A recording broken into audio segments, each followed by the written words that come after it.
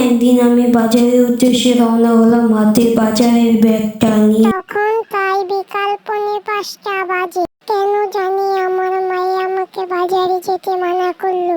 আমি আমার মায়ের কথাটাকে এত গুরুত্ব না দিয়ে চলে গেলাম বাজারের উদ্দেশ্যে। বাজারে যাওয়ার রাস্তাতে একটু পুরনো কবরস্থান আছে। অনেকজনই ওই কবরস্থান থেকে অনেক ধরনের আওয়াজ শুনেছে। আমি ওইগুলোকে পাত্তা না দিয়ে চলে গেলাম বাজারের ভিতরে। বাজারের ভিতরে ঢুকেই আমি অবাক হয়ে দেখলাম বাজারের ভিতরে কোনো মানুষই নেই।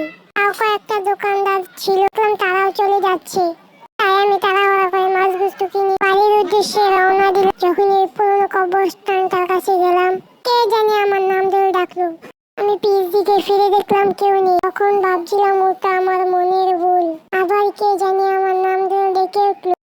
আবার পিছে তাকিয়ে দেখলাম কেউ নেই। তখনই আমার মনে একটু ভয় জন্ম নিল। তারপরে যখন সামনে তাকালাম, তখনই দ্বিতীয় পার্টটা দেখার জন্য সাবস্ক্রাইব করুন, কমেন্টে পার্ট 2 লিখুন।